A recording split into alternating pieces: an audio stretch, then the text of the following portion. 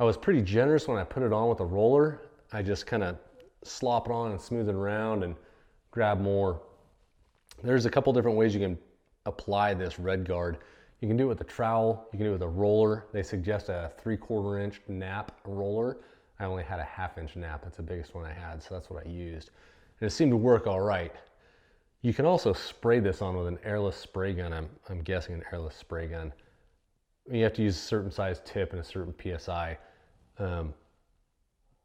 But the roller worked pretty good. It says when it loses all its pink, when it's completely dark red, that's when it's dry. So we're gonna wait for that and see how it looks. I did get it up on the walls a little bit over there, but the baseboards will cover that stuff, so I'm not too worried about it. And I will go around after all this is dry with some caulking, go around the edges, seal those up real good. Then when I put my baseboards on, I'll seal up the bottom of those really good too. That way, if any water does, say, spill out of the sink or the toilet overflows, it stays in this room. We can mop it up real good. It doesn't go through the walls or through the floor. I think stopping the red guard right here, I don't think red guarding this entire plywood floor is needed. I think that's even more overkill than what I'm willing to do. So I'm going to stop it right here at this doorway and see what it looks like when it dries. Now the wire mesh that I put down at the joints of this plywood, that is suggested. The way I was reading the instructions, it's suggested that you go and fill any gaps that are an 1/8 inch or more. You fill those and put the wire mesh down, and that kind of keeps the red guard from actually cracking over time where you have those joints. Now a lot of these gaps are super tight. I think there was a little gap over there. It's going to be underneath the sink that was maybe a 1/16 of an inch. Not going to worry about that. That's why I didn't put the mesh over top of that seam right there. I didn't continue it all the way to the wall. I could have. I've got more. I just kind of, I guess I shortcutted that part, but I'm not too worried at this point. I think it's going to be all right. It takes about an hour to an hour and a half for this stuff to dry, so the container says. It says that you'll know when it's dry when it loses all the pink value and turns a bright red. So I'm guessing when the flooring looks more like the lid of the container, you know it's dry. I'm gonna go eat a little bit of lunch and we'll come back and check this out. Boom, just like that. It's all dry. Bright red. You can see some of that mesh that I put down over some of the seams. That was quite a long lunch break though. I have to say that was about a 24-hour lunch break. Sometimes I just like to take my time eating my lunch. I don't like to be rushed. So it did take a little bit longer. I came back out here about an hour and a half after I left. The fumes were super bad in the house. So I opened a couple windows.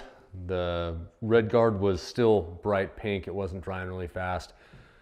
Rereading the container, it says it can take up to 12 hours to cure, fully dry. So I let it go. Just waited till today. It's definitely completely dry and ready to go.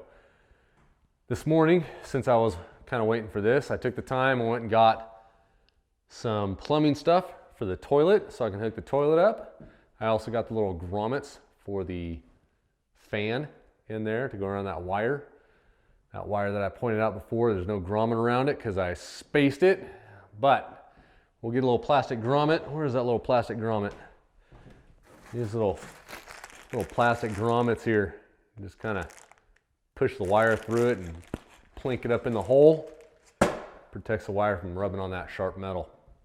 So we'll get on a couple of these little projects here. I've also got the correct fittings for the hot water heater. I should be able to fully finish the hot water heater. That will finish all the water lines. The only thing I'll have to plug is, I think I might have to plug, let's go down and check this. I think I might have to do something with the master shower valve. I don't think it's actually got a plug in it. So I think if I turn the water on, it's just gonna spray out that valve, you know what I mean? That'd be bad. But let's check this out. Huh. It's actually got a little cap there. Okay. So that's good to go.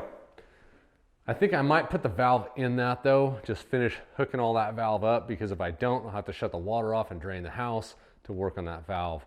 So I'm gonna get on a couple of these last little things to finish up the water lines and probably put a couple toilets in. I did buy another toilet, so now I have 2 out of the 3 toilets for my house. I only buy them one at a time because, well, I like to make trips to the hardware store. Same one as the last one. It's American Standard, says it'll flush a bucket of golf balls no problem, so we shouldn't have a problem plugging toilets, right? Let's get on this stuff and get this stuff finished up.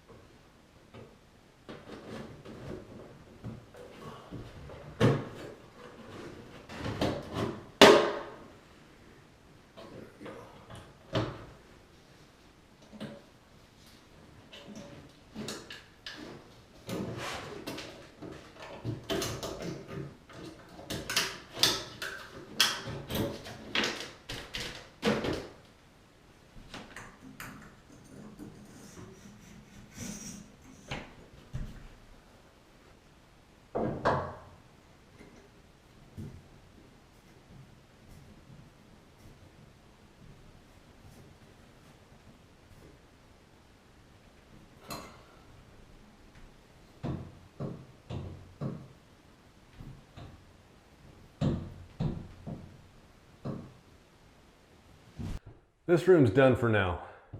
I did make a mistake as I'm reading online about toilet installs, since I've never installed a toilet.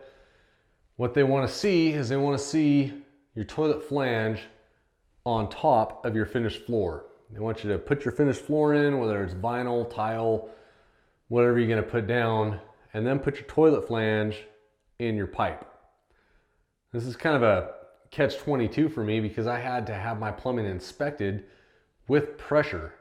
So I couldn't have that pipe just coming up here and waiting for the flange to be put on until I have to put the flooring down. I couldn't put the flooring down because I had to seal the walls up, but I couldn't seal the walls up because I had to make sure that all my plumbing was holding pressure. And if there was a leak somewhere, I didn't want to have them sealed in the walls. So that flange is technically supposed to be on top of finished floor, and it's not. It's on top of the plywood. So my vinyl laminate flooring is about 1/4 inch thick, and that flange has no give to it at all. I can't pick it up and push the vinyl laminate flooring underneath it. It's pretty well solid, stuck there where it's gonna be. So I'm gonna put the vinyl flooring around it. I'm gonna make sure it's nice, tight around that flange. But still let the flange move up and down a little bit as I tighten the toilet up. I'm gonna get everything put in place, get that nasty grommet that goes in the bottom of your toilet, that waxy, nasty thing.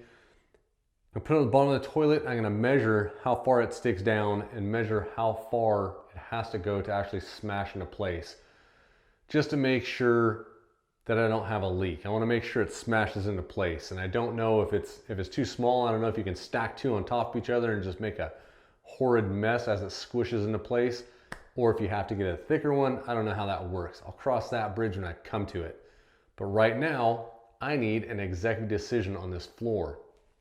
And unfortunately, the person to make this executive decision is not here right now.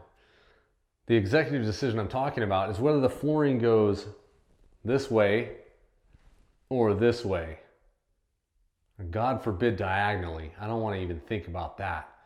But when my wife gets home, I'll bring her up here and I'll say, okay, you know, like it better going the length of the house or going the width of the house? How do you want that flooring to sit? And then I'll come up here and start doing the flooring. So until she gets home, we're gonna go downstairs and we're gonna work on the laundry room and the hot water heater and get all those water lines plugged in and put into place. And I'm pretty sure we can put that toilet in without a problem.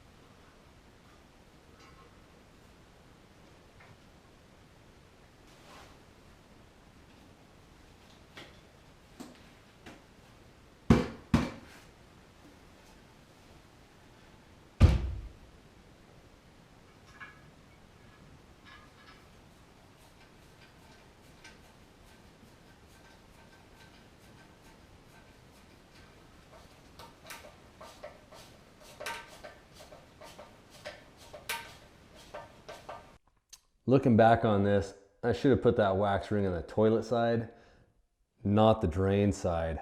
Live and learn. I've got 2 more toilets to do. On the bonus side, I think this toilet's gonna come back out. It's got a gap up in the front here. No gap here, no gap here. It's tightened down and it still moves. It's not hitting up here on the concrete. That's where we're sitting with the toilet right now. It is a nice toilet. It's got the super duper no slam lid. Pretty snazzy stuff. But we've got to figure this out. So we'll do some research on the internet, good old YouTube University. See what we can figure out for that. We've got all the wiring done in this room now. All the wiring's done. The hot water heater is plumbed. Waiting on the siding to go on the outside before we drill a hole for the intake exhaust and the drain hole for that drain pan down there. It's all kind of coming together.